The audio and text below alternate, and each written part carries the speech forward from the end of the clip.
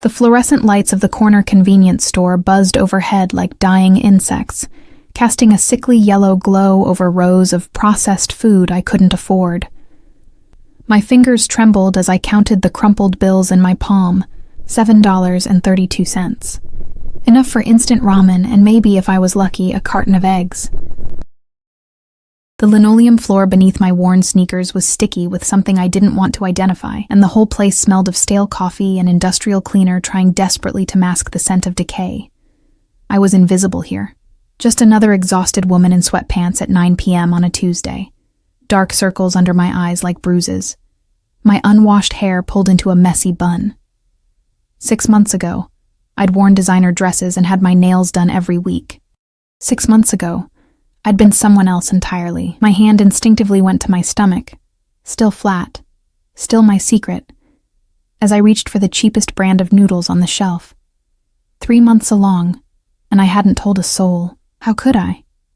The father didn't even know I existed beyond that one night, that one impossible, earth-shattering night that had ruined me for anyone else. The bell above the door chimed, letting in a gust of October wind that carried the smell of rain and expensive cologne. I froze. I knew that scent. Bergamot and cedar, with something darker underneath. Something that spoke of power and danger and sleepless nights spent remembering hands on my skin. Well, look what the cat dragged in, but it wasn't his voice. It was worse. I turned slowly, my heart dropping into my stomach like a stone into deep water. Derek stood in the doorway, his arm around a blonde I didn't recognize, his smile sharp as broken glass. My ex-boyfriend looked exactly the same.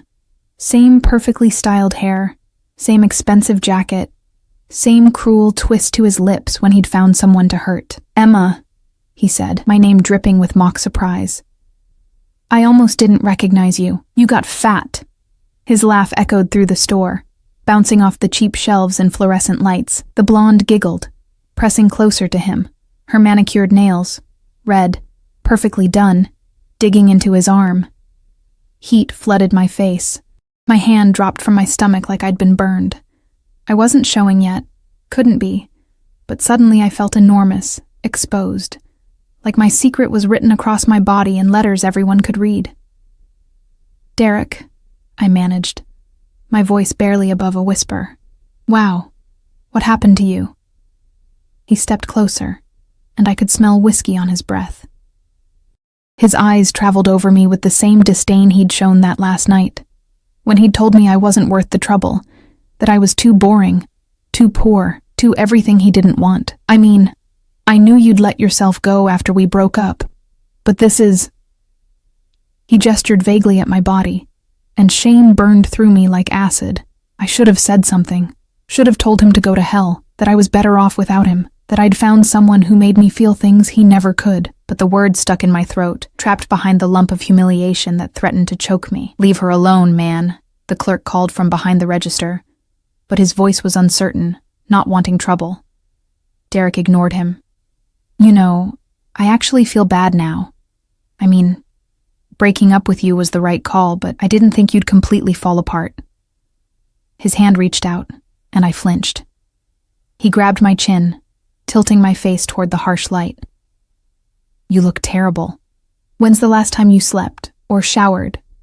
I jerked away from his touch, my heart hammering. "I'm fine." "You're clearly not." He laughed again, that same hollow sound that used to make my stomach turn.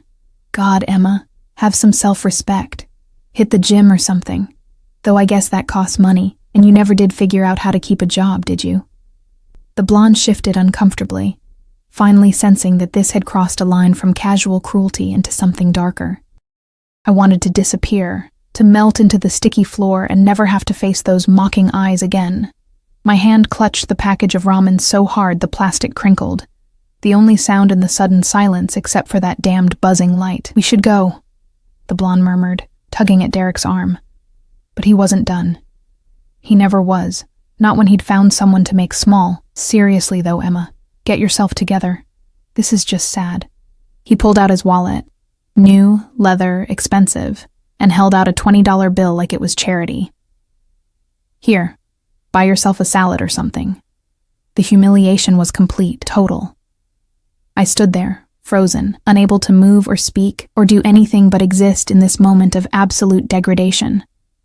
That's when the door chimed again. The temperature in the store seemed to drop 10 degrees. The air changed, became heavier, charged with something I couldn't name. Every instinct I had suddenly screamed danger, but not the kind that made me want to run, the kind that made me want to lean closer.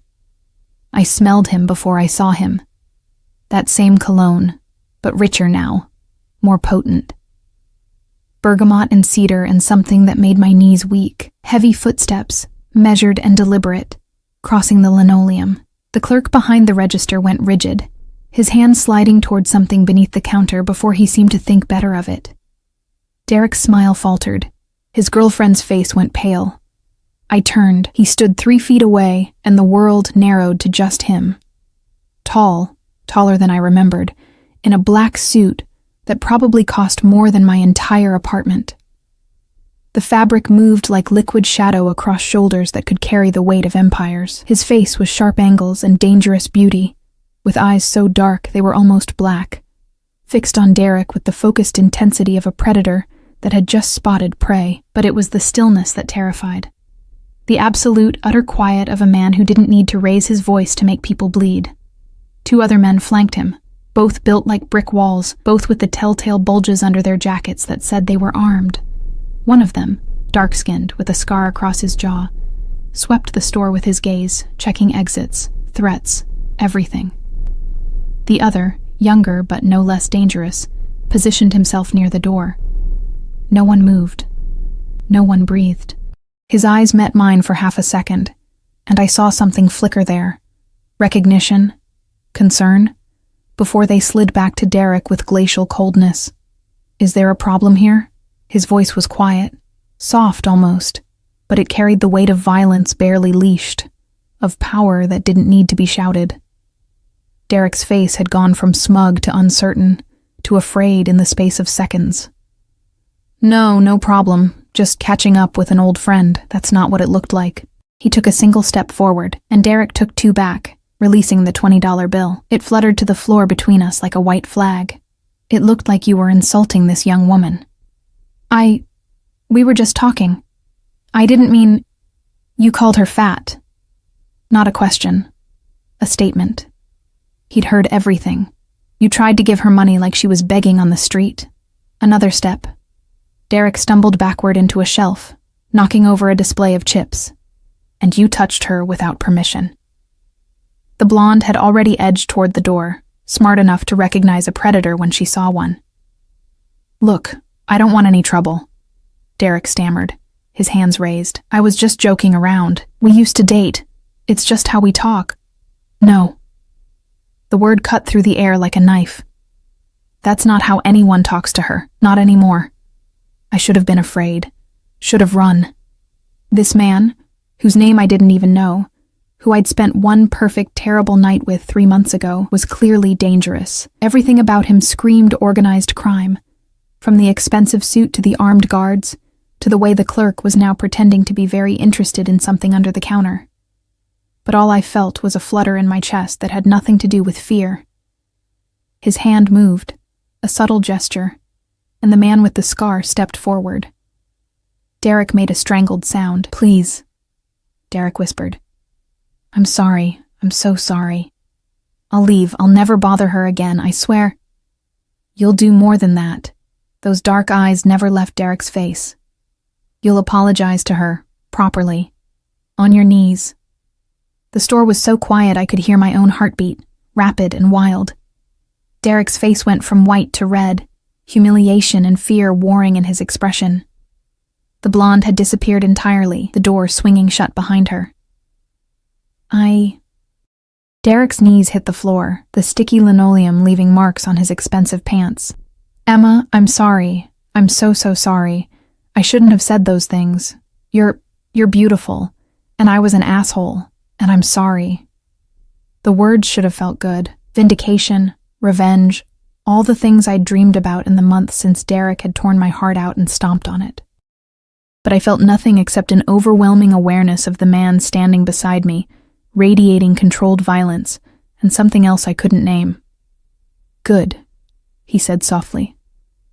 Now leave. If I ever hear that you've spoken to her again, if you've so much as looked in her direction, if you've breathed the same air," he didn't finish the sentence. He didn't need to. Derek scrambled to his feet and ran. Actually ran, leaving the $20 bill on the floor, leaving his dignity, leaving everything in his desperation to get away. The door chimed. Silence fell. I became aware, suddenly and overwhelmingly, that I was alone with him, with them. His guards hadn't moved, hadn't relaxed. We're still watching everything with the careful attention of men who expected violence at any moment. He turned to me, and his expression softened in a way that made my breath catch. "Are you all right?" I nodded, not trusting my voice. Up close, he was even more devastating than I remembered. Sharp cheekbones that could cut glass, full lips that I knew tasted like sin, and those eyes. God, those eyes that saw everything, knew everything. Emma. My name on his tongue was a revelation. He remembered. Of course he remembered. That night had been burned into my soul. Why would it be any different for him? "What are you doing here?" "Shopping," I managed, then felt immediately stupid. Obviously, I was shopping. I was in a convenience store at 9 p.m., holding instant ramen. His gaze dropped to the package in my hands, then to the $7 scattered on the floor where I'd dropped them, then back to my face. Something hard entered his expression. "Where do you live?" Why? "Because I'm taking you home." Not a question. Not a request. "Marco, get the car." The younger guard disappeared through the door immediately. No hesitation, no argument. "You don't have to," I started, but he cut me off with a look. "I do." He reached down, picked up my money, and pressed it back into my palm. His fingers were warm, calloused, and the brief touch sent electricity racing up my arm. "I very much do." "Mr. Dante," the clerk called nervously. "Everything okay?" "Mr. Dante." Finally, a name, though something told me it wasn't his first name, wasn't what I should call him in the darkness of my bedroom when I remembered that night. "Fine, Leo." He pulled out his wallet, black leather, thick with bills, and laid $500 bills on the counter, "For your trouble, and your discretion." "Of course, Mr. Dante, always." The scarred guard, the one he'd called to get the car, returned. "Ready, boss." "Boss, of course." Because a man like this didn't work for anyone. The world bent to him, or it broke. "Come." He held out his hand to me, and I stared at it like it was a snake. "Please." That last word, soft and almost vulnerable, broke through my paralysis. I put my hand in his, and his fingers closed around mine with a gentleness that seemed impossible from someone who radiated such danger. He led me toward the door, his guard falling into step behind us, a human shield between us and the world. Outside, a black SUV idled at the curb. Windows tinted so dark they were nearly opaque, gleaming even in the dim streetlight. Another vehicle, identical to the first, sat behind it. 2 cars. Armed guards. A man who walked like he owned the city and everyone in it. What had I done 3 months ago? What had I let into my life with that one night of weakness and want? The guard opened the door, and I hesitated. Once I got in that car, everything would change. I knew it the way I knew my own heartbeat, the way I knew the flutter in my belly that was just beginning to make itself known. "Emma." His voice was low, meant only for me. "I won't hurt you. I swear it on my life, I would never hurt you." I believed him. God help me, I believed him. I got in the car. The interior smelled like leather and him, and the seats were so soft I sank into them like a cloud. He slid in beside me, and the door closed with an expensive thunk that said this vehicle was built to withstand bullets. The partition between us and the driver was up, giving us privacy. We pulled into traffic, smooth and silent. "Where am I taking you?" he asked again. And this time I told him. His jaw tightened when I gave him the address. A neighborhood known for its high crime rate and low rent. "How long have you lived there?" 4 months. Since Derek left. Since I'd lost my job at his father's company. The one I'd gotten because of him, and lost for the same reason. Since my whole life had collapsed around me like a house of cards. Alone? Yes. The single word hung between us, heavy with everything unsaid. He'd been inside me 3 months ago, had made me scream his name into the darkness of a hotel room so expensive I still couldn't believe it had been real. And I didn't even know his first name. "I'm Dante," he said, as if reading my thoughts. "Dante Moretti. Moretti." The name rang a bell, something I'd heard whispered in fear and respect, something that made people cross themselves and look over their shoulders. But I couldn't place it, couldn't remember where I'd heard it. "I'm Emma Carter, but you already knew that." "I did." His hand was still holding mine, his thumb tracing small circles on my palm that made it hard to think. "I've thought about you. Every day since that night." My heart stuttered. "You have?" "Yes." His eyes met mine in the darkness of the car, and they were blazing with something that made my whole body respond. "I looked for you. I had my people search the entire city, but you'd given me a fake number, and you never told me where you lived, and you disappeared like smoke. I thought it was just one night, that you wouldn't want. You thought wrong." His free hand came up to cup my face, and I leaned into the touch helplessly. "I've had 1,000 women throw themselves at me, Emma. Beautiful women, sophisticated women, women who knew the game and played it well. And not one of them made me feel a fraction of what you did in those few hours." I couldn't breathe, couldn't think. "Dante, I want you." The words were rough, honest, devastating. "I want to take care of you. I want to know everything about you. He stopped himself, jaw clenching. "But first, I need to know, that man, did he hurt you?" "Derek? Not physically, but in other ways." It wasn't a question, but I nodded anyway. "He broke up with me 6 months ago, said I was boring, that I wasn't worth the effort. Got me fired from my job, turned our friends against me, made sure I couldn't find work anywhere in the industry." The words spilled out like poison I'd been holding in too long. I lost everything. His expression went dark, dangerous. "Name?" "What?" "His full name, Emma, where he works, where he lives, everything." "Why?" But I knew why. Could see it in the cold fury that had replaced the warmth in his eyes. "Because men who hurt you cease to exist in my world." He said it so simply, like it was obvious. Like ruining or ending someone was as easy as breathing. "Unless you tell me not to." I should have told him no. Should have been horrified. Should have demanded he let me out of the car. But all I felt was a dark satisfaction that someone finally cared that I'd been hurt. "Derek Morrison," I heard myself say. "He works at his father's investment firm downtown. Lives in the Riverside Towers, penthouse level." Dante's smile was sharp and cold as winter. "Good girl." The car slowed, and I realized with a start that we were already at my building, a concrete nightmare with broken security doors and graffiti on the walls. Shame burned through me. This was where I lived now. This was what I'd become. The guard opened the door, but Dante didn't release my hand. "I'm walking you up." "You really don't." "I do." He stepped out of the car, pulling me gently with him.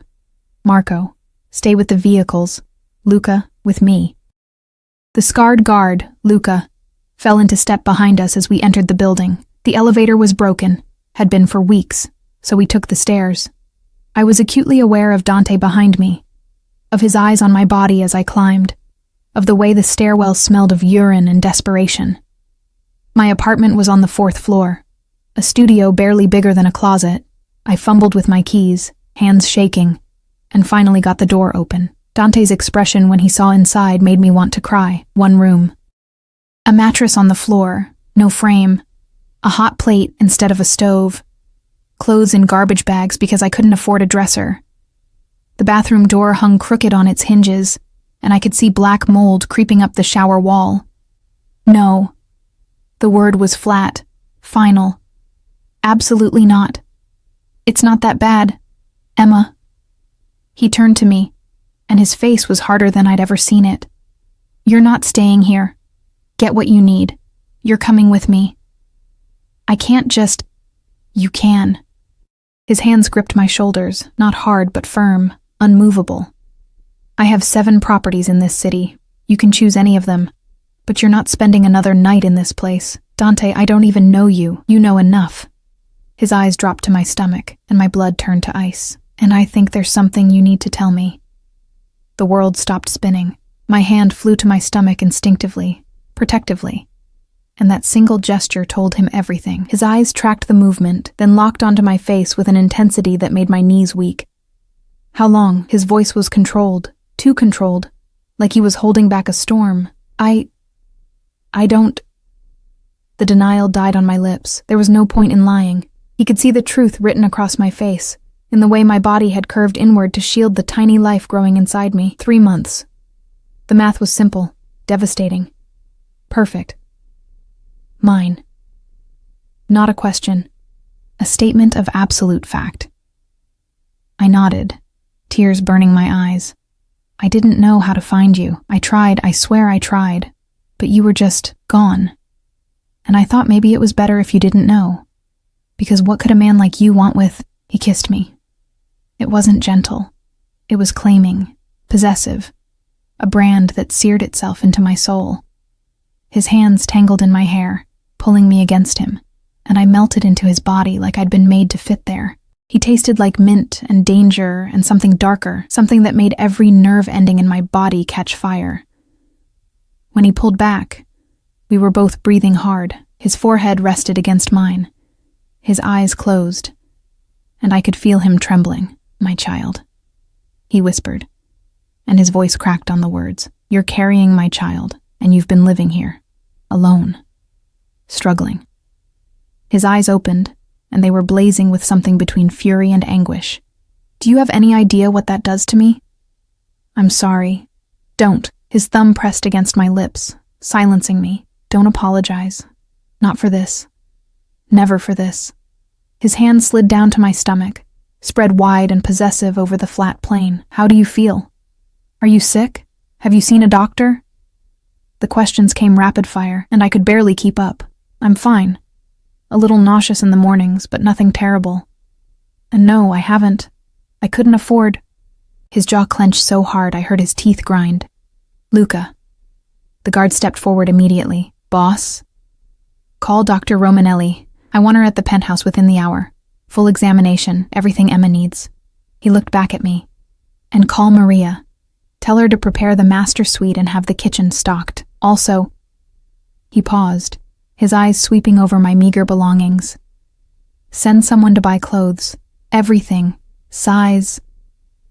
His gaze traveled over my body with an assessment that felt like a caress. Size 4. And maternity wear. The best. I'm not a size 4 anymore, I protested weakly. And you can't just... I can. I am.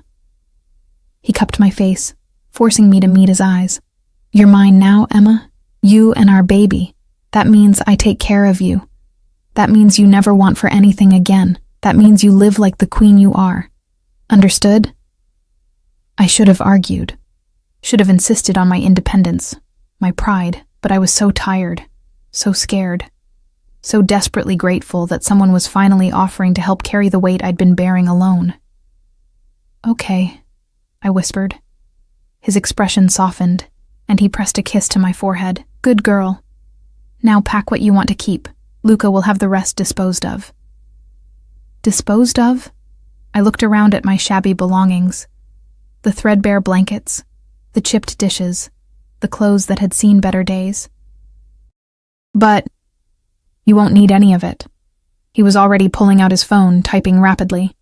You'll have new everything, better everything, the best of everything. Within 20 minutes, my entire life had been packed into 2 small bags. It was pathetic, really, how little I had to show for 26 years of existence. Dante carried both bags himself, refusing to let Luca take them, and led me back down the stairs to the waiting SUV. The drive to his penthouse took us into a completely different world. We left behind the broken streets and graffitied buildings, climbing into the hills where the city lights glittered like diamonds scattered across black velvet. The buildings here were sleek and modern, all glass and steel, with security gates and doormen in uniforms that probably cost more than my monthly rent. Dante's building was the most impressive of all, a towering structure that scraped the sky, with a private entrance that required both a key card and a fingerprint scan. The lobby was all marble and gold, with a chandelier that looked like it belonged in a palace. "Mr. Moretti," the doorman said immediately, standing straighter. "Welcome home." "Thank you, Marcus." Dante's hand was on the small of my back, guiding me toward a private elevator. "This is Miss Carter. She'll be living here now. Make sure she has full access to everything." "Of course, sir."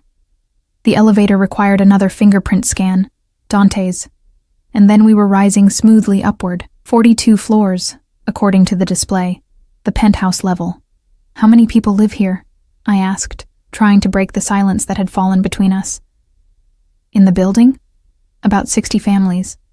In the penthouse?" He looked at me. "Just me. And now you."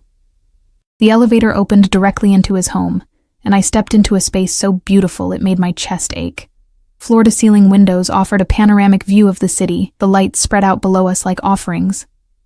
The furniture was modern and expensive, all clean lines and rich fabrics in blacks and grays and deep burgundy. Original artwork hung on the walls. I recognized a Rothko, a Basquiat, pieces that belonged in museums. "This is—" I couldn't finish the sentence. "Home." He set my bags down, then turned to me. "You're home, for as long as you want it." A woman appeared from a doorway I hadn't noticed. Older, maybe 60, with kind eyes and graying hair pulled back in a neat bun. "Mr. Dante, welcome back. And you must be Miss Emma." She smiled warmly. "I'm Maria. I manage the household." "It's nice to meet you," I managed, feeling completely out of my depth.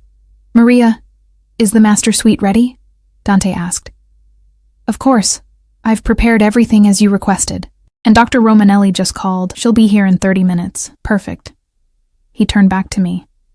"Emma, why don't you let Maria show you to your room? You can shower, change, get comfortable. The doctor will examine you, make sure everything is all right with the baby, and then we'll have dinner." It was too much, too fast. My head was spinning. "Dante, I can't just—" "You can." He pulled me against him, his hand cradling the back of my head. "And you will. Please, Emma. Let me do this.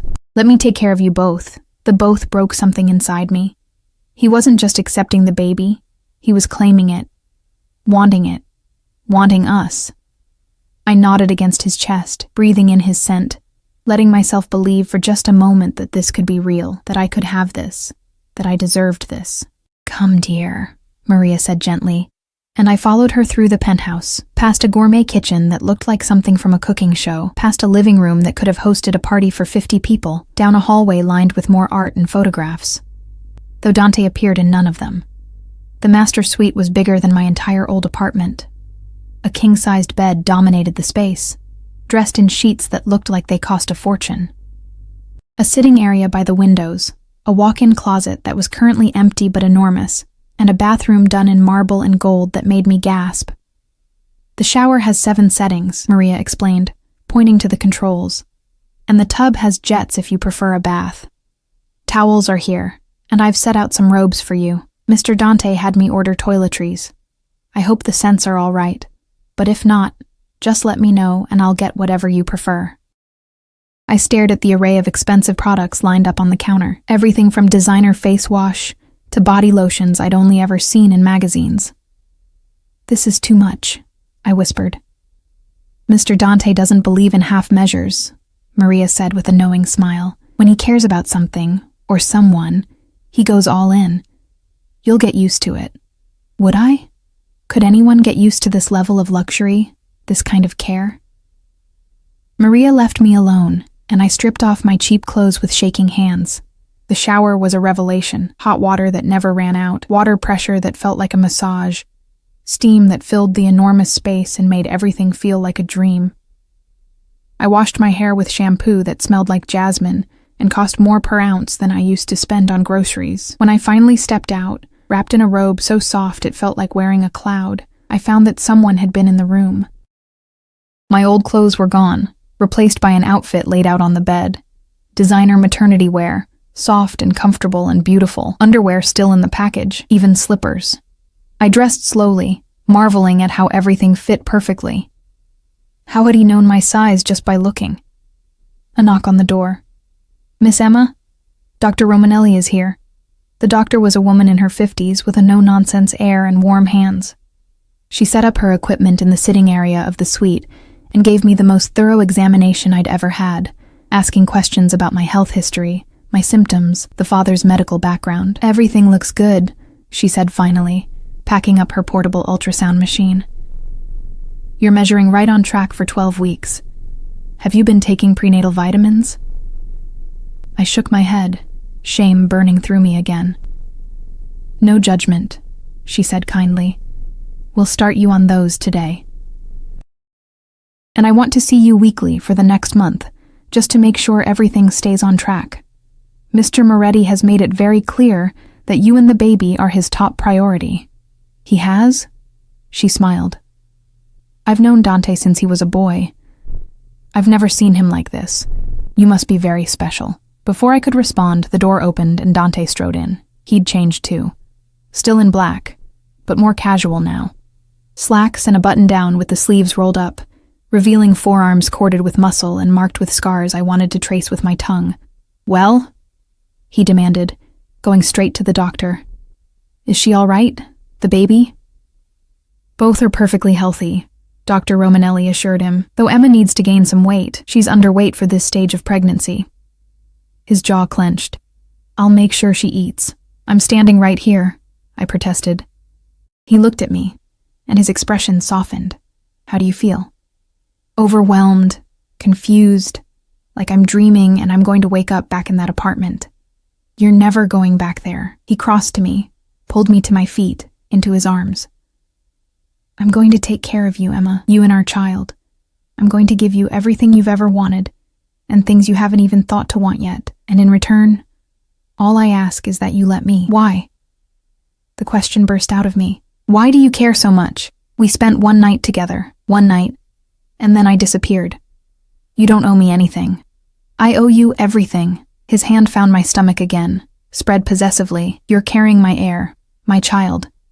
That makes you the most important person in my world. But even if you weren't..." He hesitated, and I saw something vulnerable flicker across his face. "That night meant something to me too, Emma. You meant something to me." Dr. Romanelli cleared her throat. "I'll leave you two alone. Emma, remember, prenatal vitamins daily, plenty of rest, and eat regularly. I'll see you next week." She left, and we were alone. Dante led me to the sitting area by the windows, settling me on the couch before disappearing briefly and returning with a glass of water and a small bottle of vitamins. "Take one," he instructed. I obeyed, and he watched me swallow it like it was the most important thing in the world. "I've had the kitchen prepare dinner," he said. "Are you hungry?" As if on cue, my stomach growled.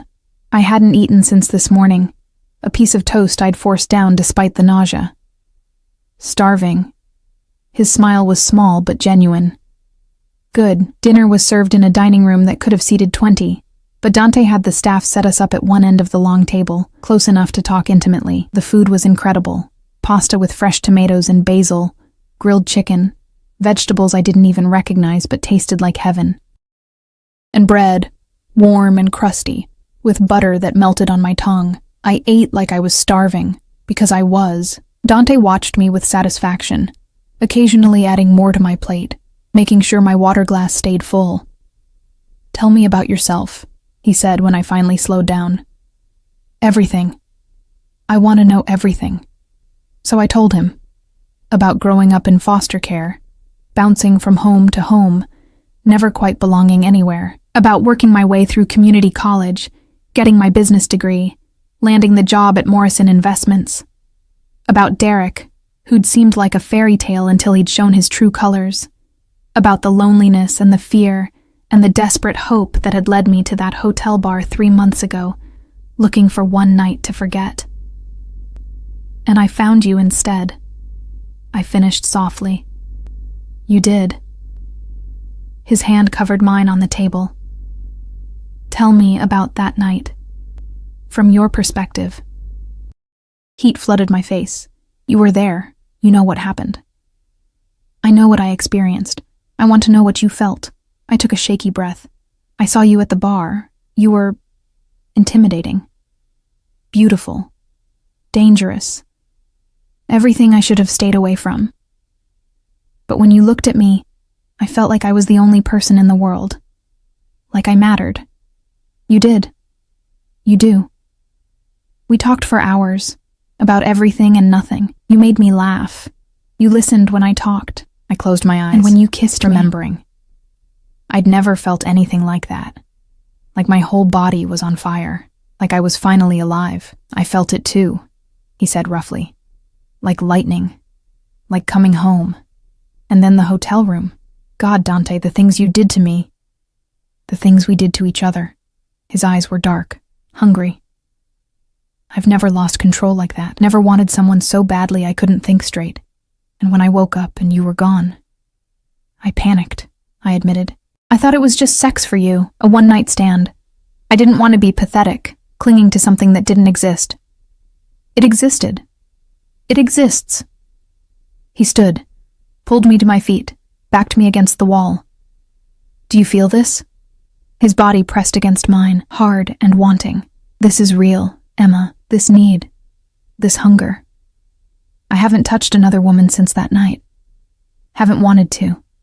Because none of them are you. His mouth crashed onto mine and I was lost.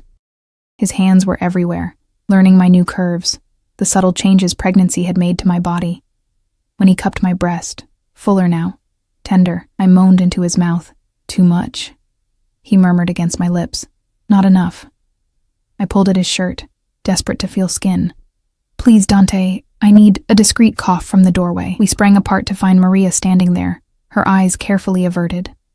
Forgive the interruption, Mr. Dante, but you have a call. Mr. Salvatore says it's urgent. Dante's expression went cold, hard. The lover disappeared, replaced by the dangerous man I'd seen in the convenience store. Tell him I'll call back. He said it concerns the Rossi situation. A muscle ticked in his jaw. Fine. 5 minutes. He looked at me, and his face softened. I'm sorry, Kara. I have to take this, but don't go anywhere. We're not done. He kissed me once more, hard and possessive, then disappeared through a door I hadn't noticed. I stood there, my body still thrumming with need, my mind spinning. What was I doing? This man was clearly involved in something dangerous, something illegal. The guards, the security, the way people reacted to his name. It all pointed to one conclusion. Dante Moretti was in the Mafia, and I was carrying his child. The reality hit me like a freight train, and I sank into the nearest chair, my hand going to my stomach. What kind of life was I bringing this baby into? What kind of danger? But even as the thoughts formed, I knew the truth. I was already in too deep, already too attached, already too in love with the man who'd claimed me, body and soul, who'd vowed to protect me and our child no matter what. For better or worse, my fate was tied to Dante Moretti's now. And God help me, I didn't want to escape. I woke to sunlight streaming through floor-to-ceiling windows and the warm weight of an arm draped across my waist. For a moment, I didn't remember where I was. Then it all came rushing back. The convenience store, Derek's cruelty, Dante's intervention, the revelation about the baby, the fact that I'd fallen asleep in Dante Moretti's bed. I turned carefully, not wanting to wake him, and found myself face to face with the most dangerous man I'd ever met. In sleep, he looked younger, almost peaceful. The hard edges that made people flinch softened, revealing the man beneath the reputation. Dark lashes fanned across sharp cheekbones, and his lips, those lips that had kissed me senseless last night, were slightly parted. He'd come back from his phone call to find me curled up on the couch, exhaustion finally catching up with me. I remembered him carrying me to bed, his voice a low rumble against my ear as he promised I was safe. Remembered protesting weakly that I should sleep in a guest room, and his flat refusal. You're mine, he'd said simply. You sleep where I sleep. Now, in the morning light, I could study him properly. The scars I'd noticed on his forearms extended up his biceps, some thin and surgical, others jagged and violent. A lifetime of danger written on his skin. My fingers itched to trace each one, to learn the story behind every mark. Staring is rude, Kara, he murmured, his eyes still closed. I jumped, heat flooding my face. I wasn't. You were. His eyes opened, dark and amused. I don't mind. Look all you want. He stretched, the movement causing the sheet to slip lower, revealing a chest carved from marble and marked with more scars. A tattoo sprawled across his ribs, Italian words I couldn't read, surrounded by elaborate designs that looked like they'd taken hours to complete. What does it say? I asked, reaching out to touch before I could stop myself. His hand caught mine, pressed my palm flat against his skin. His heartbeat thundered beneath my touch. La familia è tutto. Family is everything. Is that true? For you? His expression grew distant. It's supposed to be. In my world, family is law. Blood is sacred. You protect your own above all else. He focused on me again. But I learned young that blood doesn't always mean loyalty. Sometimes the family you choose matters more than the one you're born into. What happened? My father happened. His voice was flat, emotionless. He built an empire on blood and fear, controlled everything and everyone around him. My mother, my sister, me. We were all just pieces on his chessboard. When I was 16, I watched him beat my mother unconscious for talking to another man at a charity event. She'd been asking for directions to the bathroom. My breath caught. Dante. She left him that night, took my sister, and ran. My father let them go. They were women, beneath his notice. But me? His laugh was bitter. I was his heir, his legacy. He made sure I understood what that meant. Every scar on my body from age 16 to 23 came from him, training me to be the monster he wanted. You're not a monster, aren't I? He rolled onto his back, staring at the ceiling. I've killed men, Emma, more than I can count. I've built my empire the same way he did, with violence and fear and absolute control. The only difference is, I have limits he never respected. What limits? Women, children, innocence. He turned his head to look at me. I don't hurt people who don't deserve it. I don't traffic in drugs or weapons or anything that destroys communities. My businesses are mostly legitimate now. Real estate, restaurants, construction. But the foundation, he shrugged. The foundation is still built on blood. I should have been terrified, should have run. But all I felt was a strange sort of understanding. What happened to your father? I killed him. Said so simply, like he was discussing the weather. 5 years ago, he'd started eyeing my sister again, making comments about bringing her back into the family. She was married by then, had a daughter, happy, safe. And he wanted to ruin that because she'd defied him by leaving. Dante's jaw clenched. So I went to his house, looked him in the eye, and put a bullet in his brain. And no one stopped you? They helped. A grim smile. Turns out I wasn't the only one who'd been waiting for the old bastard to die. His own men handed me the gun. We lay in silence for a moment, and I processed this new information. Dante Moretti was a killer, a mob boss, a man who'd murdered his own father and taken over a criminal empire. He was also the father of my child, the man who'd looked at my shabby apartment with horror and vowed to take care of me, who'd made Derek apologize on his knees for insulting me. I should be afraid of you, I said quietly. You should be. He rolled back toward me, his hand finding my stomach. But I hope you're not. I'm not. And it was true.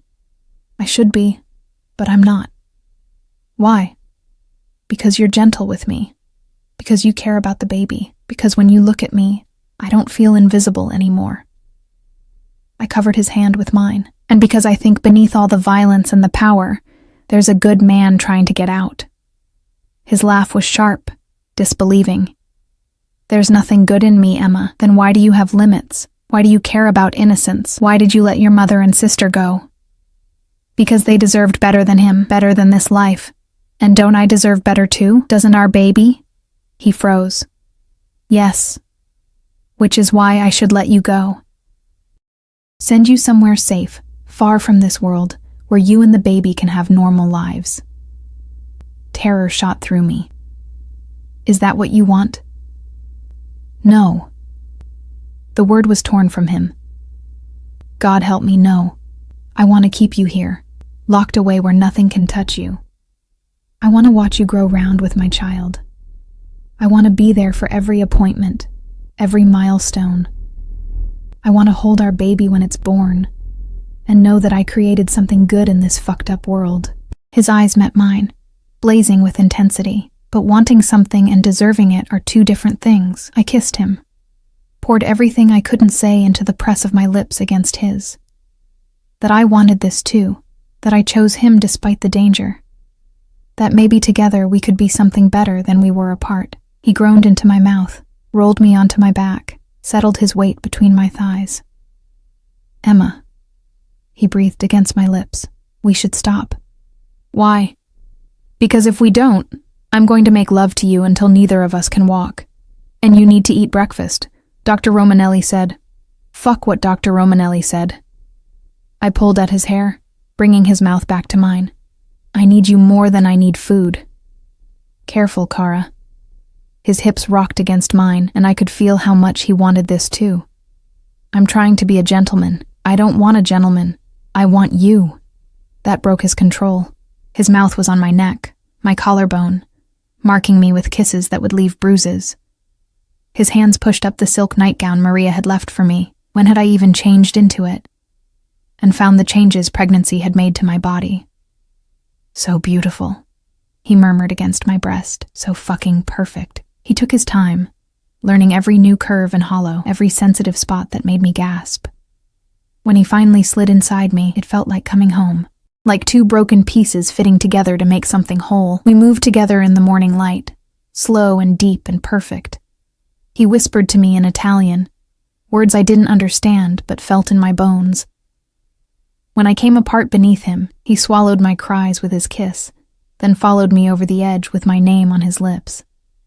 Afterward, we lay tangled together, sweaty and sated. His hand traced lazy patterns on my stomach. I meant what I said last night, he murmured. You're mine now. Both of you. Possessive much? Completely. He pressed a kiss to my shoulder. I don't share, Emma. Not you, not the baby, not anything that's mine. And I protect what's mine with everything I have. Even from yourself? He paused. What do you mean? You said you're dangerous, that I deserve better. So will you protect me from yourself if you think you're hurting me? I would never. Not physically. But emotionally? Dante, this world you live in, these things you do, they're going to affect me too, affect our child. Can you protect us from that? He was quiet for a long moment. I can try. I can keep the worst of it away from you. Keep you safe in this place, in the legitimate parts of my life. But completely separate from it? He shook his head. No, because being mine means accepting all of me. The good and the bad, the violence and the protection, the danger and the safety. Can you do that? Could I? Could I accept loving a man who killed without remorse? Who built his empire on fear? Who would teach our child that family was everything, even when that family operated outside the law? I don't know, I admitted, but I want to try. That's all I ask. He kissed me softly. Now come.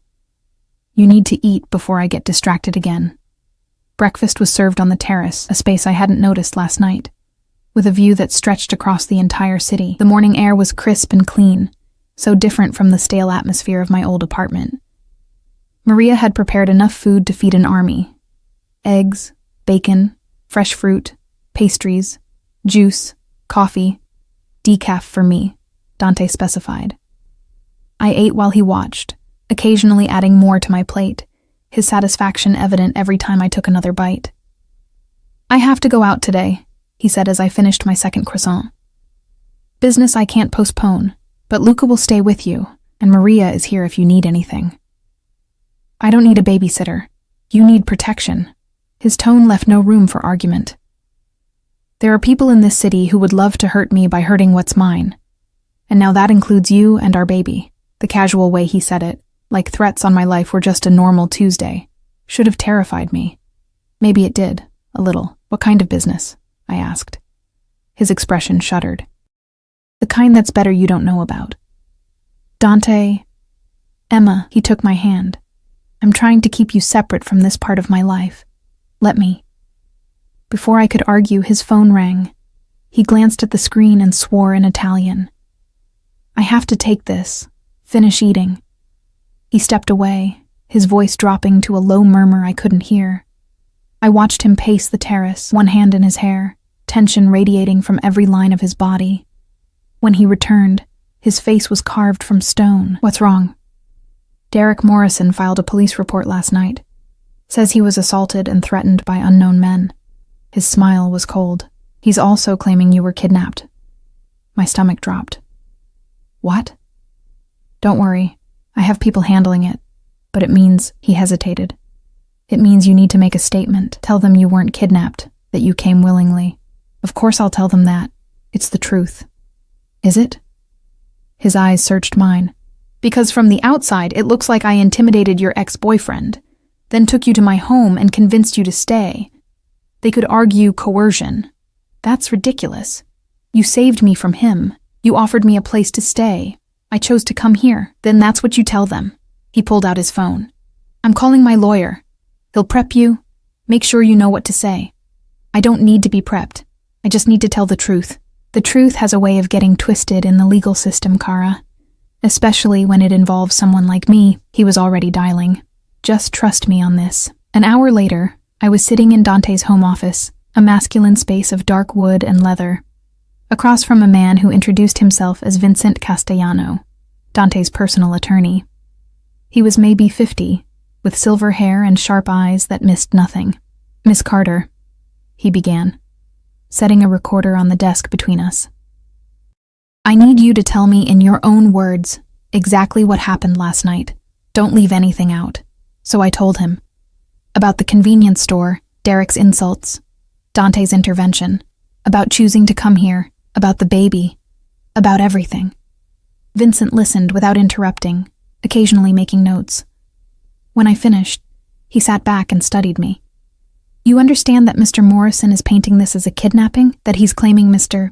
Moretti threatened him with violence? Dante did threaten him, but Derek deserved it. You should have heard the things he said to me.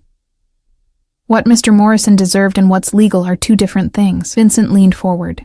Miss Carter, Emma, I need you to understand something. The police would love any excuse to bring Mr. Moretti down. He's too powerful, too successful, and he operates in spaces they can't touch. But if they can prove he kidnapped you, threatened a civilian, coerced you in any way, but he didn't. I know that. You know that. But perception matters. So when the police come, and they will come, you need to be very clear. You came here of your own free will. You're staying because you want to. Mr. Moretti has made no threats, no demands. You're in a relationship, you're pregnant with his child, and you're here because you choose to be. Understood? I nodded slowly, beginning to understand the precarious position Dante was in. One wrong word from me could destroy him. Good. Vincent stood. They'll probably want to speak to you today. I'll be present for the interview. Don't say anything I don't approve first. He left, and I sat alone in the office, processing everything. This was my life now. Lawyers and police interviews and constant awareness that I could be used as a weapon against the man I was falling for. The door opened and Dante entered. He looked tired, stressed in a way I hadn't seen before. Vincent briefed you? He asked. Yes. And you understand what's at stake? I understand that Derek is trying to hurt you by using me. He crossed to where I sat, knelt in front of my chair, took my hands. I'm sorry. This is exactly the kind of shit I wanted to keep away from you. It's not your fault, isn't it? His laugh was bitter. I saw you in that store, being humiliated by that piece of shit, and I couldn't let it stand. I had to step in, had to show him that you were under my protection, and now you're caught up in this mess. I'm glad you stepped in, I said firmly. I'm glad you were there. I'm glad Derek knows he can't hurt me anymore. But at what cost, Emma? You're going to be questioned by police. Your name is going to be in reports. People are going to know you're with me, and that makes you a target. Then protect me. I cupped his face, forced him to meet my eyes. You said you would, that you'd keep me safe, so do it. Something shifted in his expression. Determination replacing the worry. I will. I swear to you, nothing will touch you or our baby. Nothing. The intercom on his desk buzzed. Mr. Moretti? The police are here. He stood, his entire demeanor changing. The vulnerable man disappeared, replaced by the cold, controlled mob boss I'd first seen in that convenience store. Send them up, he said, then to me. Stay calm. Let Vincent do the talking. And remember, you're here because you want to be.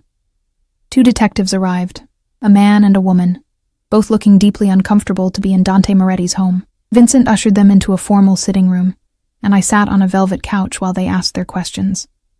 Miss Carter, are you here of your own free will? Yes. You weren't coerced or threatened in any way? No. Mr. Morrison claims that Mr. Moretti assaulted him and forced you into a vehicle.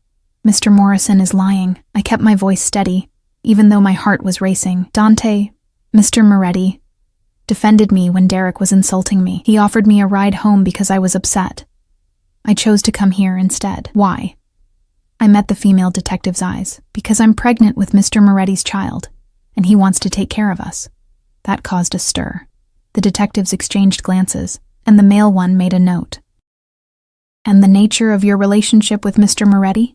We're together. For how long? Vincent cleared his throat. I don't see how that's relevant to Mr. Morrison's claims. We're trying to establish whether Miss Carter might be under duress, the female detective said. If this is a new relationship, if she's financially dependent on Mr. Moretti. I'm not under duress, I interrupted. I'm in love with him, I'm carrying his child, and I'm here because I want to be. Derek Morrison is my ex-boyfriend who treated me terribly, and he's making these claims because he's angry that someone stood up for me. That's all this is. The interview continued for another 30 minutes, but the detectives seemed to realize they weren't going to get what they wanted. I was coherent, consistent, and clearly not being held against my will. Finally, they left, warning that they might have more questions later. Dante appeared the moment they were gone, pulling me into his arms. You did perfectly. Is it over? For now. He pressed a kiss to my hair. Morrison won't let this go easily. Men like him don't handle rejection well, especially when they're humiliated. But we'll deal with it. How? His smile was dangerous. Leave that to me. 3 weeks passed in a blur of doctor's appointments, shopping trips with Maria, and nights spent in Dante's arms. I'd settled into a routine I never could have imagined, waking up in silk sheets, eating meals prepared by a private chef, being driven everywhere in bulletproof vehicles with Luca as my constant shadow.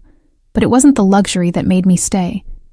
It was the man who came home every evening, no matter how late, and placed his hand on my growing belly like it was the most precious thing in the world, who read parenting books when he thought I was asleep, who'd converted one of his guest rooms into a nursery and spent hours debating paint colors with me. Dante Moretti, mob boss and killer, was going to be a father, and he was terrified. What if I'm like him? He asked one night, lying in bed with his head on my stomach, listening for movement that was still too early to feel. What if I hurt our child the way he hurt me? You won't, I said with absolute certainty, my fingers threading through his hair. You're already nothing like him. You love this baby, Dante. I can see it every time you look at me. Loving isn't enough. My father probably loved me too, in his twisted way, but He broke off, his jaw clenching. He still hurt you. I know. I tilted his face up to mine, but you're aware of it. You're afraid of repeating his mistakes. That awareness makes all the difference. He wanted to believe me. I could see it in his eyes. But the scars his father had left weren't just physical. They went bone deep, soul deep, to places I couldn't reach with words alone. The only problem in our perfect bubble was Derek. True to Dante's prediction, he hadn't let it go. He'd made noise to the police, to his father's lawyers, to anyone who would listen, but without evidence of coercion, and with me repeatedly insisting I was exactly where I wanted to be, there was nothing they could do, so Derek had taken a different approach. I was coming back from a doctor's appointment, Luca driving, Maria in the back seat chattering about nursery furniture, when my phone rang. Unknown number. I almost didn't answer, but something made me pick up. Emma, Derek's voice, slurred and angry. "We need to talk. I have nothing to say to you, but I have plenty to say to you." A bitter laugh. "Do you have any idea what you've done? My father's firm dropped me, said being associated with a Moretti was bad for business. My friends won't return my calls. That fucking mobster ruined my life. You ruined your own life by being a terrible person. I treated you exactly how you deserve to be treated." His voice rose. "You were nothing when I met you, a nobody from foster care with big dreams and no way to achieve them. I gave you everything. A job, connections, a place in my world. And you repay me by fucking a gangster and getting knocked up?" My hand went protectively to my stomach, even though he couldn't see. "I'm hanging up now. Wait." His tone changed, became pleading. "Emma, please, just meet with me. Let me apologize properly. We can fix this. We can be together again. I'll even raise the bastard as my own." The audacity took my breath away. "You called me fat 3 weeks ago. You humiliated me in public. You got me fired and turned everyone against me, and now you want me back?" I was angry. I made mistakes. But we were good together, Emma. You know we were. "We were never good together, Derek. I just didn't realize it until you showed me who you really are." "And Moretti has?" He laughed, harsh and cruel. "Do you know what he does, Emma? Do you know how many people he's killed? The businesses he's destroyed? He's a monster. And you're just his latest plaything. Once he gets bored, he'll throw you away like garbage. Goodbye, Derek. He'll hurt you." Derek was shouting now. "He'll hurt the baby. Men like him don't change, Emma. They just get better at hiding what they are. And when he shows you his true colors, when he puts his hands on you the way his father put hands on his mother, don't come crying to me." I hung up, my hands shaking. Luca's eyes met mine in the rearview mirror. "You okay, Miss Emma?" "Fine," I lied. Just Derek being Derek, but his words haunted me. Men like him don't change. Was it true? Would Dante eventually show the same violence toward me that his father had shown his mother? Doctor Romanelli had said she'd never seen him like this, that I was special. But how many women had thought the same thing about violent men before everything went wrong? When we got home, I went straight to the nursery, my safe space, where everything was soft colors and hope for the future. Maria had helped me pick out a crib, a rocking chair, shelves that would eventually hold books and toys. The walls were a gentle sage green, and we'd hung delicate mobiles that turned slowly in the air conditioning. I sat in the rocking chair and placed my hand on my belly, which was finally starting to show. 14 weeks now. In 6 months, I'd be holding my baby, Dante's baby. "What am I doing?" I whispered to the empty room. "What kind of life am I giving you? The best one I can provide." I jumped, turning to find Dante in the doorway. He looked tired. There were shadows under his eyes that hadn't been there this morning, but his gaze softened when he saw me, the way it always did. "How long have you been standing there?" "Long enough." He crossed to me, knelt beside the rocking chair. "What happened?" Derek called. His expression went ice cold. "And said what?" I told him everything. The job loss, the angry accusations, the suggestion that Dante would eventually hurt me. He listened in silence, his hand coming to rest on my knee, his thumb tracing absent patterns. When I finished, he was quiet for a long moment. "He's right," he finally said. "What?" "That I'm dangerous, that I'm a monster, that men like me don't change." He looked up at me, and the pain in his eyes made my chest ache. "He's right about all of it, Emma. The only thing he's wrong about is that I would ever hurt you or our child. That's the one line I will never cross." "How can you be sure?" "Because I killed my father for less." He said it so simply, like it was obvious. If I ever raised my hand to you, even once, I would put a bullet in my own head before I could do it again. That's how sure I am. That's not reassuring, Dante, I know. He pulled me out of the chair, into his lap on the floor, cradling me against his chest. "I know I'm asking you to trust a man who's done terrible things. I know this world I live in is dangerous and dark. But I swear to you, on everything I am, that I will spend every day for the rest of my life making sure you and our baby are safe, happy, loved." I wanted to believe him.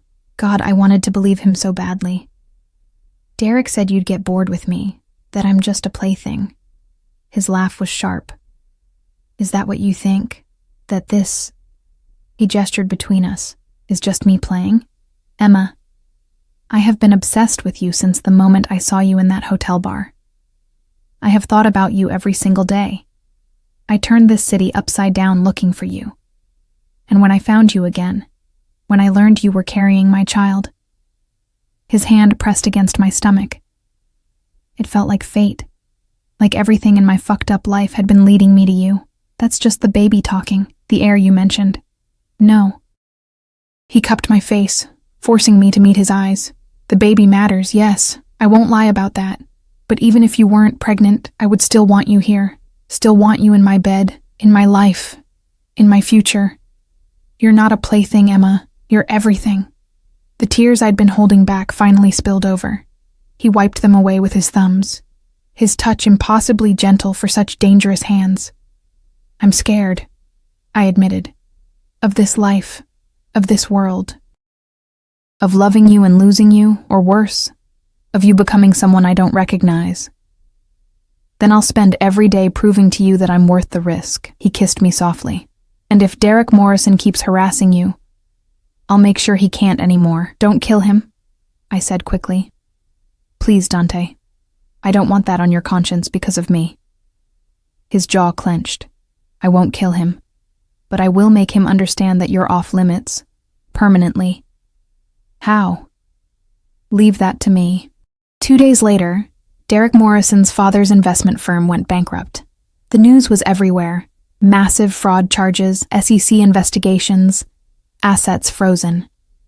Derek's face was plastered across every financial news site, looking shell-shocked and terrified. I found Dante in his office, working at his computer like nothing had happened. Did you do this? He looked up, his expression unreadable. Do what? Don't play games with me. Morrison Investments just imploded. That's not a coincidence. He leaned back in his chair, studying me.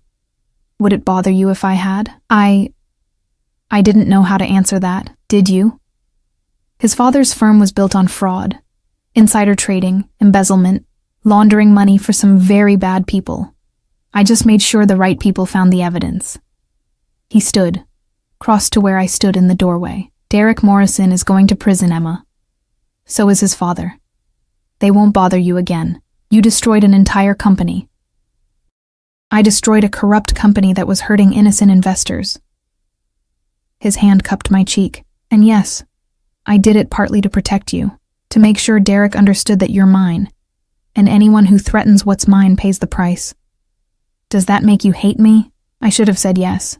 Should have been horrified by the casual way he'd ruined lives, sent people to prison, all to protect me from my ex-boyfriend's phone calls. But all I felt was a dark satisfaction that someone finally had made Derek pay for his cruelty. No, I whispered. It doesn't make me hate you. His smile was slow and dangerous. Good, because I'm not done yet. What else are you planning? Nothing that concerns you. He kissed me, deep and possessive. Just trust that I'll always protect you, Kara. No matter what it costs. That night, I woke to find his side of the bed empty. I found him in the nursery, sitting in the rocking chair in the dark, his head in his hands. Dante? I approached carefully. What's wrong? I destroyed people's lives today. His voice was raw. Employees who had nothing to do with the fraud. Investors who trusted the wrong firm.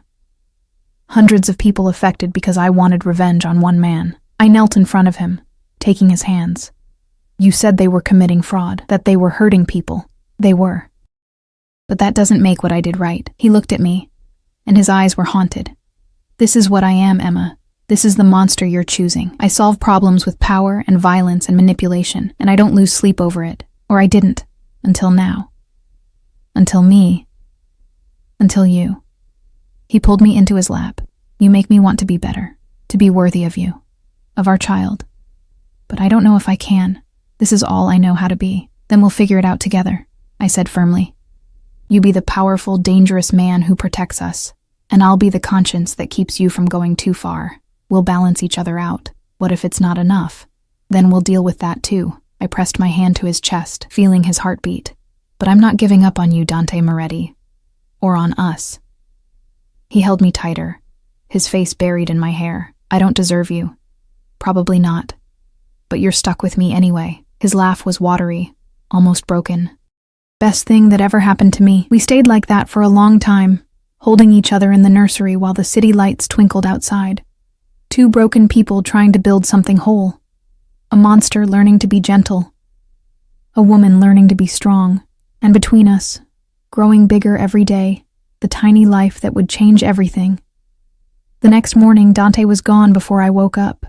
Maria brought me breakfast in bed, a new routine I'd stopped protesting, along with a note in Dante's sharp handwriting. "Had to handle some business. Luca is downstairs if you need anything. I'll be home for dinner. We need to talk about something important."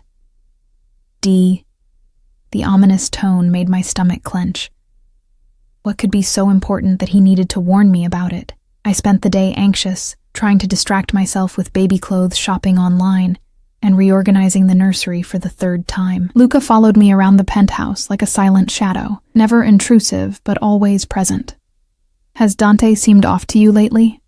I asked him while rearranging books on the nursery shelf. Luca was quiet for a moment. "Boss has a lot on his mind." "Like what?" "Not my place to say, Miss Emma.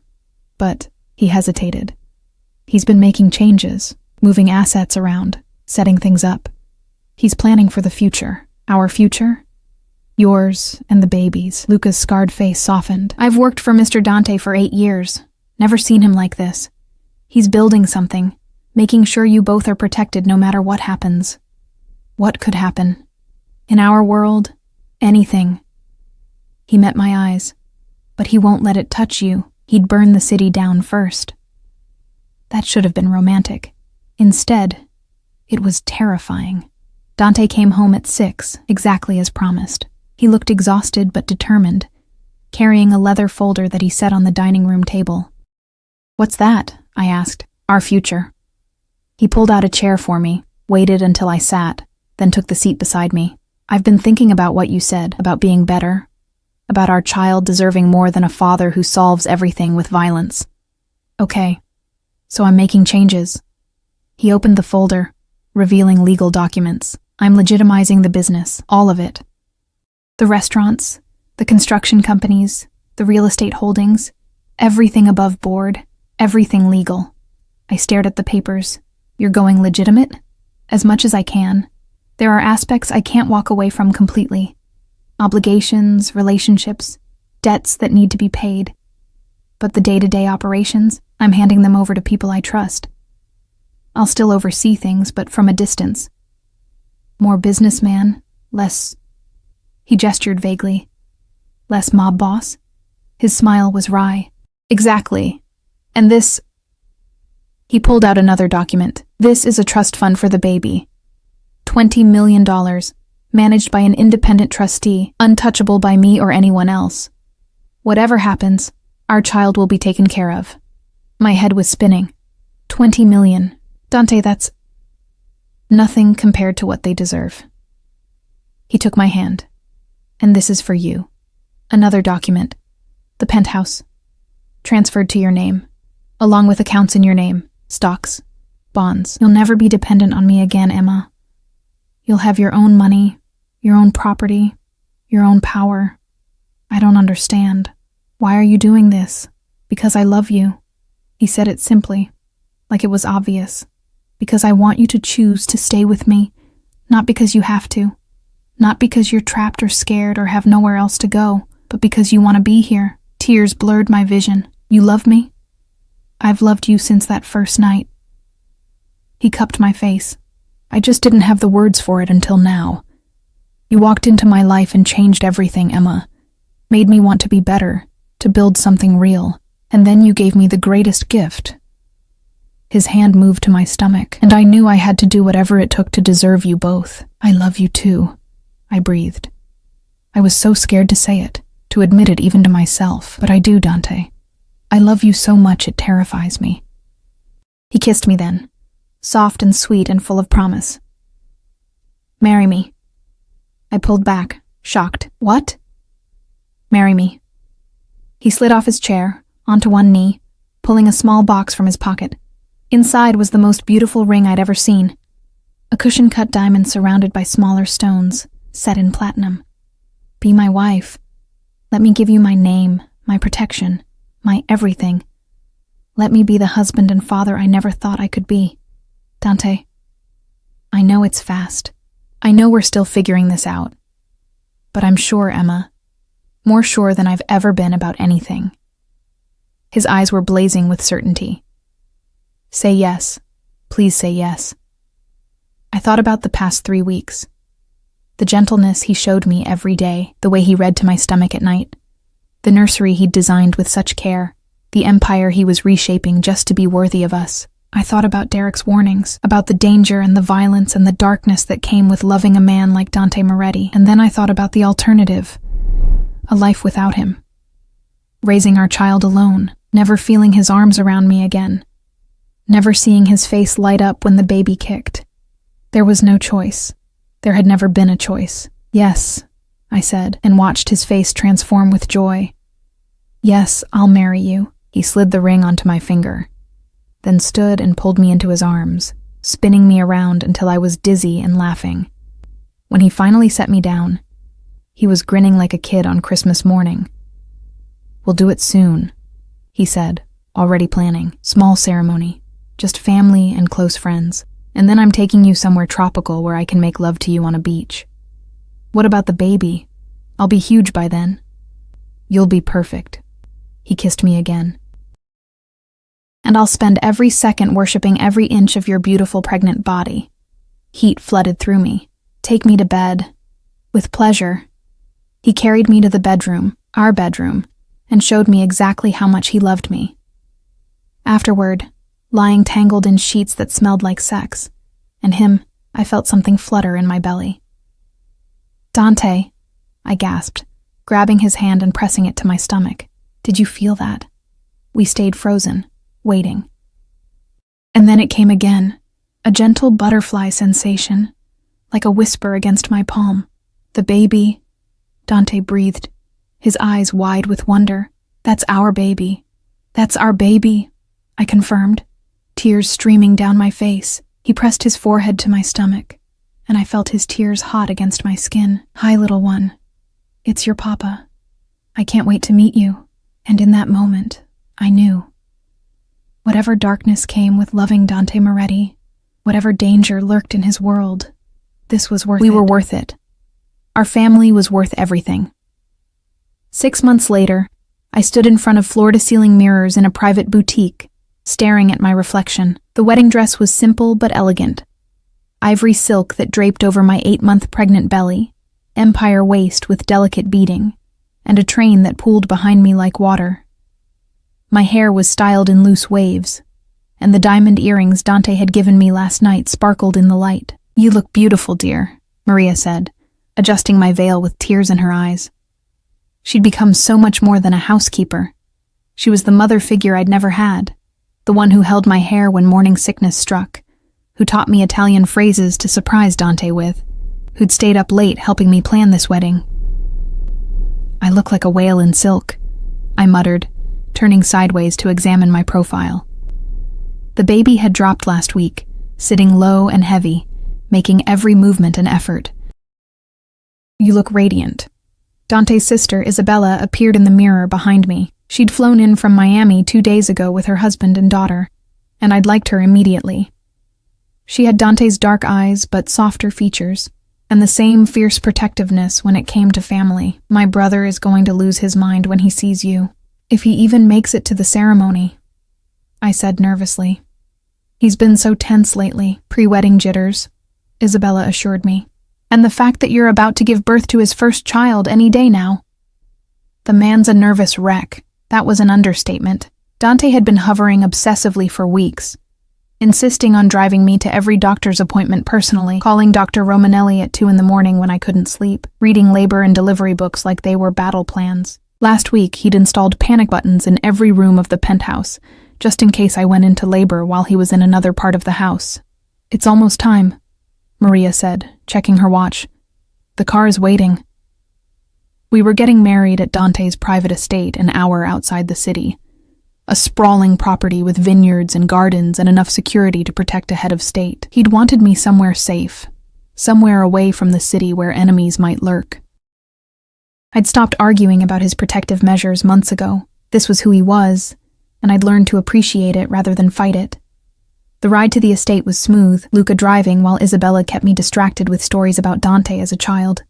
Apparently, he'd been serious even then, already taking on responsibilities beyond his years, protecting his mother and sister from their father's rages. He used to tell me that one day he'd be strong enough to keep us safe, Isabella said softly. And he kept that promise. Even after we left, he made sure we had everything we needed. He put me through college, bought us our house, walks my daughter down the aisle at her quinceañera because my husband was deployed. Her eyes met mine. My brother has done terrible things, Emma. I won't lie about that. But every single one of them was to protect the people he loves, and now that includes you and that baby. The estate appeared on the horizon, and my breath caught. White tents dotted the lawn, strung with thousands of lights that would glow like stars once evening fell. Flowers everywhere, roses and peonies and hydrangeas in whites and soft pinks. A string quartet practicing near the arbor where we'd exchange vows. It was perfect, intimate. Everything I'd dreamed of but never thought I'd have. Ready? Isabella asked as the car stopped. I took a deep breath, my hand going to my belly where the baby was doing acrobatics. Ready. They'd set up a bridal suite in one of the estate's guest houses, a beautiful room with a fireplace and comfortable furniture where I could rest before the ceremony. Dr. Romanelli was waiting there, having insisted on being present in case I went into labor. "How are you feeling?" she asked, checking my blood pressure. Nervous, excited, like I need to pee every 5 minutes. She laughed. "That's normal. Baby's putting pressure on your bladder. Everything else looks good, though. Heart rate is perfect. Blood pressure normal. You might actually make it to your wedding without going into labor. Might? You're 9 days from your due date and fully engaged. This baby could come any time." She patted my hand. "But I have everything I need just in case. Try to relax and enjoy your wedding day." Easier said than done. My stomach was doing flips that had nothing to do with the baby. A knock on the door, and then Dante's voice. "Can I come in?" "You're not supposed to see the bride before the ceremony," Isabella called out. "I just need 5 minutes. Please, Bella." Isabella looked at me, and I nodded. She ushered everyone else out, leaving me alone with the door between us. "I'm here," I said. "I know I can't see you," Dante said, his voice muffled through the wood. "But I needed to know you're okay, that you're still sure about this. Are you having second thoughts?" "God, no. I'm terrified you are." A pause. "You're about to legally bind yourself to me, Emma. To my name, my world, everything that comes with it. And I keep thinking about all the reasons you should run." I opened the door. He stood there in a black tuxedo that fit him like it was made for his body, which it probably was. His dark hair was styled back from his face, and he'd shaved, revealing the sharp angles of his jaw. But it was his eyes that caught me, vulnerable and uncertain in a way I rarely saw. "You're not supposed to see me," I whispered. "I don't care about superstitions." He stepped inside, closing the door behind him. "I care about you, about making sure you know what you're choosing. I'm choosing you." I took his hands. "I'm choosing us. I'm choosing the life we're building together. And yes, I know what that means. The danger, the complications, the scrutiny.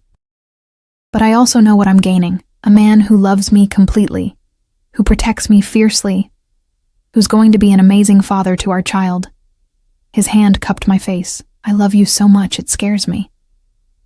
"Good, because I love you just as terrifyingly much." I pulled him down for a kiss. "Now get out of here before Isabella kills us both for breaking tradition." He kissed me once more, deep and possessive, his hand spreading over my belly. "I'll see you at the altar, Mrs. Moretti." "Not yet. I'm not. Close enough." He grinned, and the vulnerability disappeared, replaced by the confident man I'd fallen for. "1 hour, Kara, and then you're mine forever." The ceremony was scheduled for sunset, and as I walked down the makeshift aisle on Luca's arm, the closest thing to a father figure I had, the sky was painted in golds and pinks and purples. Dante stood at the altar under an archway covered in white roses, and when his eyes met mine, Everything else disappeared. There were only about 30 people present. Dante's most trusted men and their families, Isabella and her family, Maria, Dr. Romanelli, the people who mattered, the people who'd become my family over the past 9 months. The ceremony itself was a blur. I remembered the priest's words in Italian and English, remembered Dante's hands shaking as he slid the wedding band onto my finger, remembered his voice cracking when he said, "I do," and I remembered my own vows, promising to love him, to build a life with him, to stand beside him through whatever came. "I now pronounce you husband and wife. You may kiss your bride." Dante kissed me like he was drowning and I was air, like I was the only thing keeping him anchored to this earth. The small crowd cheered, and when we broke apart, we were both crying. "Mine," he whispered against my lips. "Finally, completely mine." "Yours," I agreed. "Always yours." The reception was held under the tents, with food and music and dancing. Dante refused to leave my side, his hand constantly on my lower back or my stomach, his eyes tracking my every movement like he was afraid I'd disappear. "Dance with me," he murmured during a slow song. "I can barely walk, let alone dance. Then let me hold you while we sway." He pulled me close as my belly would allow, and we moved slowly to the music. His hand pressed against my back, supporting my weight, and I rested my head on his shoulder. "Thank you," I whispered. "For what?" "For finding me. For choosing me. For giving me this." I gestured at the beautiful party, the people celebrating with us, the life we'd built. "I never thought I'd have this. A family. A home. Someone who loves me. You deserve all of it and more." He kissed my temple. "I'm the one who should be thanking you. You took a broken, violent man and made him want to be better. You gave me hope for a future that isn't just blood and power. You gave me..." I gasped, doubling over as pain lanced through my abdomen. "Emma?" Dante's voice went sharp with panic. "What's wrong?" I don't know. Just a cramp. Oh God." Wetness flooded down my legs, soaking through my dress. My water just broke. Chaos erupted. Dr. Romanelli appeared immediately, ushering me toward the house while Dante barked orders at his men. Within minutes, they'd transformed one of the bedrooms into a delivery room. Medical equipment Dr. Romanelli had brought just in case, now being put to use. "How bad is the pain?"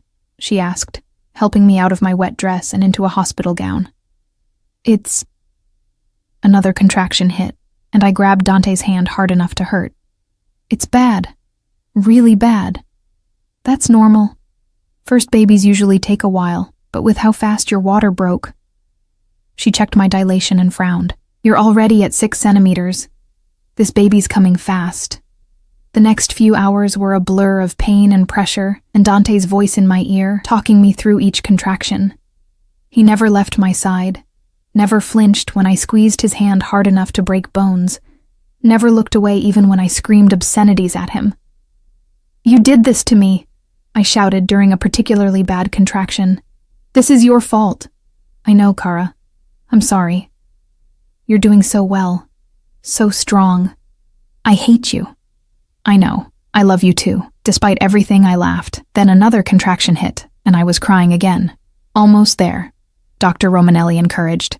"You're at 9 centimeters. Just a little more." I can't do this." "Yes, you can." Dante's forehead pressed against mine. "You're the strongest person I know, Emma. You survived foster care. You survived Derek. You survived loving me. You can do this." "Stay with me," I begged, terrified suddenly. "Don't leave me. Never. I'm right here. I'm not going anywhere." 20 minutes later, Dr. Romanelli announced I was ready to push. The pain was indescribable, like being torn apart from the inside. But Dante was there, coaching me through it, telling me I was amazing, that he could see our baby's head, that we were almost done. "One more push," Dr. Romanelli urged. "Give me everything you have." I pushed with every ounce of strength I had left, and then suddenly the pressure was gone, and there was a new sound in the room, a loud, angry wail. "It's a girl," Dr. Romanelli announced, and I sobbed with relief and joy and exhaustion. They placed her on my chest moments later. This tiny, perfect creature with a head full of dark hair and eyes that were trying to focus on my face. She was red and wrinkled and absolutely beautiful. Oh my God, I breathed. Dante, look at her. He was crying openly, his hand trembling as he touched her tiny head. She's perfect. She's absolutely perfect. Do we have a name? Dr. Romanelli asked. Dante and I looked at each other. We'd discussed names for months but could never agree. Now, looking at our daughter, I knew exactly what she should be called. Sophia, I said.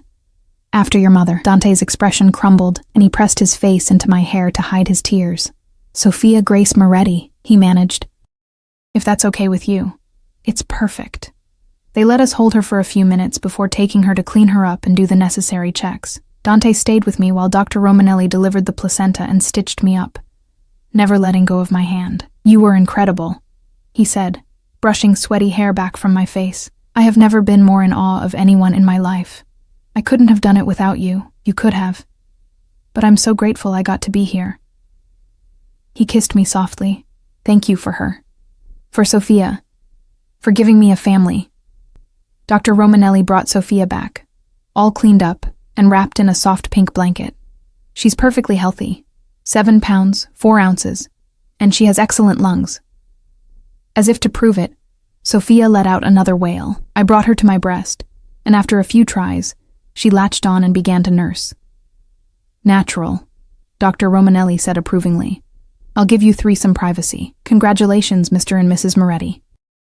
Alone with our daughter, Dante climbed carefully onto the bed beside me, one arm around my shoulders while he stared at Sophia with wonder. I can't believe she's real, he whispered. That we made her. Believe it. She's going to have your temper and my stubbornness. We're in so much trouble, he laughed, the sound lighter than I'd ever heard it. I can't wait. Over the next few hours, people came to meet Sophia, Isabella crying happy tears and declaring her the most beautiful baby ever born, Maria blessing her in rapid Italian, Luca looking completely terrified when I made him hold her. Each of Dante's men who came to pay respects looked at Sophia with a reverence that told me she'd never lack for protection. Finally, it was just the 3 of us again. Sophia had fallen asleep in Dante's arms, and he looked at her like she was the most precious thing in the universe. I'm going to give her everything, he said quietly. The best schools, the best opportunities. She'll never want for anything, never know what it's like to be hungry or scared or alone. I know you will. And I'm going to teach her to be strong, to never let anyone make her feel small, to know her worth. His finger traced her tiny hand. But I'm also going to teach her to be kind, to use her power for good, to be better than me. You're already better than you think you are. He looked at me, his eyes shining. That's because of you. You made me better, Emma. You and Sophia. You're my redemption. And you're our protection, our home. I leaned against him, exhausted but happy. We're a family now. A family, he repeated, like he was tasting the word. I like the sound of that. Sophia stirred in his arms, making the little squeaking noises that meant she'd be waking soon. Dante stood carefully, walking her over to the window where the sun was beginning to rise over the vineyard. Look, Piccolina, he murmured. That's your world out there, and your papa is going to make sure it's safe for you. That you can grow up without fear, without violence, without any of the darkness I knew. He pressed a kiss to her forehead. You're going to change everything, little one. You already have. I watched them silhouetted against the sunrise. My husband and my daughter, the 2 most important people in my world, and felt a peace I'd never known. Yes, loving Dante Moretti came with danger. Yes, there would be challenges ahead. But we would face them together, as a family. The girl from foster care who'd never belonged anywhere had finally found her home. Not in a place, but in the arms of a man who'd move heaven and earth to protect her, and in the tiny life they'd created together. Derek had been right about one thing. I had gotten fat. Beautifully, gloriously fat, with the child of the most powerful man in the city. The man who was now my husband. The man who'd saved me, claimed me, loved me with an intensity that still took my breath away, and I wouldn't change a single thing. Come back to bed. I called softly to Dante. All three of us should rest. He returned with Sophia, settling us both against his chest. The baby's breathing was soft and steady between us, and I felt Dante's heartbeat strong and sure beneath my cheek. I love you, he whispered into my hair. Both of you. More than anything in this world. We love you too, I whispered back. Always. Outside, the sun continued to rise, painting the sky in golds and roses. A new day. A new beginning. A new life built on love instead of fear. On hope instead of violence. On the promise that broken people could create something beautiful together. Sophia Grace Moretti would grow up knowing she was wanted, cherished, protected. She would never know the loneliness I'd felt, the fear Dante had experienced. She would be raised in love by parents who'd found each other against all odds and chosen to build something better. And maybe, just maybe, that was enough. Not redemption exactly, but something close to it. A chance to break the cycle, to create light from darkness. To prove that even in the dangerous world of organized crime, love could flourish, and families could thrive. Derek Morrison had mocked me in that convenience store, called me fat, tried to humiliate me. He'd meant to destroy what little confidence I had left. Instead, he'd set in motion a chain of events that gave me everything I'd ever wanted. A husband who worshipped me. A daughter who would never doubt her worth. A family that was mine, completely and irrevocably mine. I closed my eyes, listening to Sophia's soft breathing and Dante's steady heartbeat, and smiled. Thank you, Derek, I thought, for being exactly the asshole you are, because without you, I never would have found my way home.